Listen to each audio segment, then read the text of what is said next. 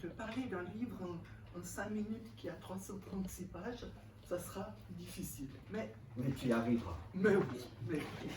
Alors, Sensation océanique, qui a paru aux éditions Entre Frères, l'auteur Martine Ruchat. Juste quelques mots concernant l'auteur. Martine Ruchat a été professeure à la faculté de psychologie et des sciences de l'éducation. Dès 2009, Martine s'oriente vers l'écriture de récits biographiques, notamment de pédagogues, relevant entre autres l'ouvrage paru en 2016, Édouard Claparède, à quoi sert l'éducation. Martine a reçu à deux reprises le prix de la Société genevoise des écrivains. Sensation océanique.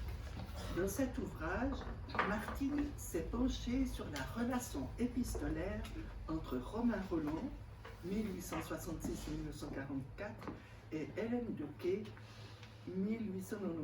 1898-1987. Qui est Romain Rolland?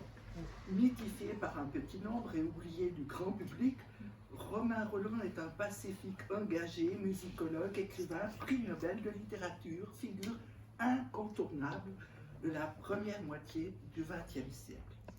Qui est Helena de Quay?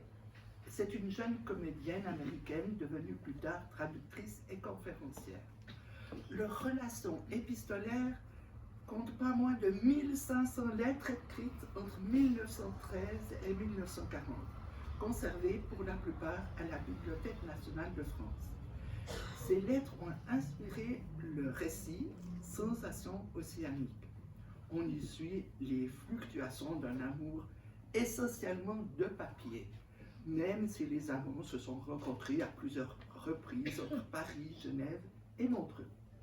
Il est pour elle son frère, son âme adorée, son petit Roland. Elle est pour lui Dali, son petit ange, qu'il prie à toute heure du jour et de la nuit.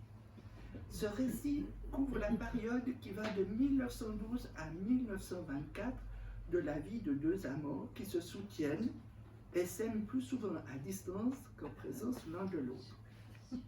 Panorama des sentiments, exaltation platonique du désir, le manque, crispation de la jalousie, tout s'y trouve tour à tour entre la jeune admiratrice et l'homme de lettres de 25 ans, son aîné.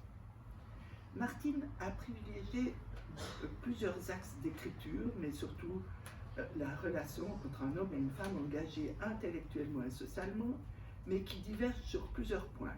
Leur différence d'âge, leur culture, elle est américaine, elle est française, leur profession, leur sensibilité au monde.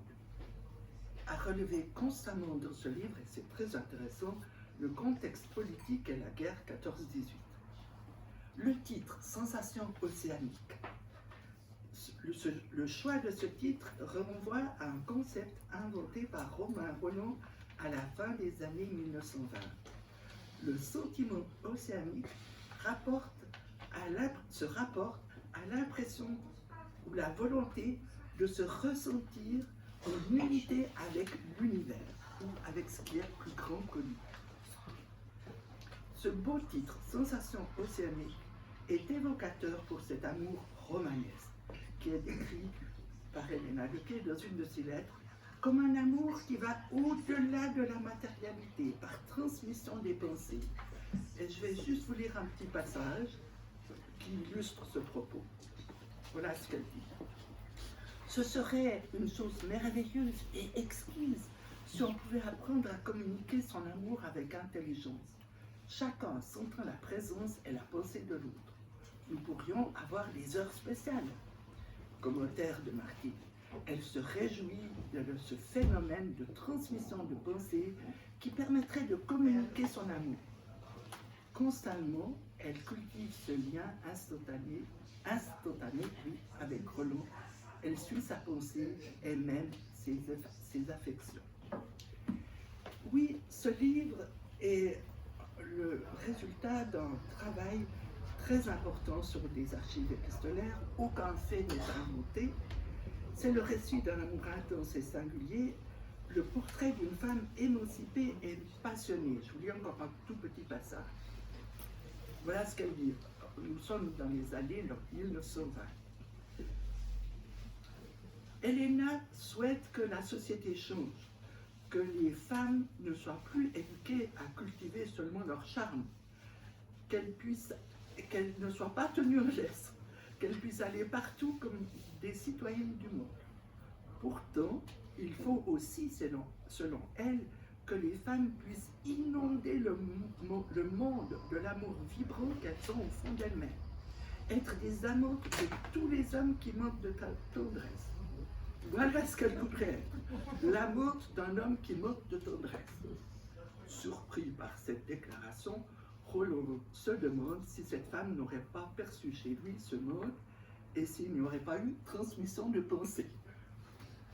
Un bel amour romantique, vous voyez. Mais nous sommes seulement à la page 58 et le livre en compte 336. Tout un pan d'histoire est évoqué, les écrits, les réflexions du pacifiste engagé, ainsi que la vie d'Elena très mouvementée, comédienne, traductrice, voyage. À la fin de l'ouvrage de Martine Ruchat, nous apprenons qu'Elena espère reprendre en Amérique les conférences et les traductions des écrits de Roland. Bientôt, les lettres d'Elena se feront plus rares, mais Roland reste toujours le meilleur d'elle-même. Elle espère qu'il fera ce voyage en Amérique et qu'ils se reverront. Oui, ce livre est émouvant, un récit très documenté aussi, à lire donc. Merci Martine.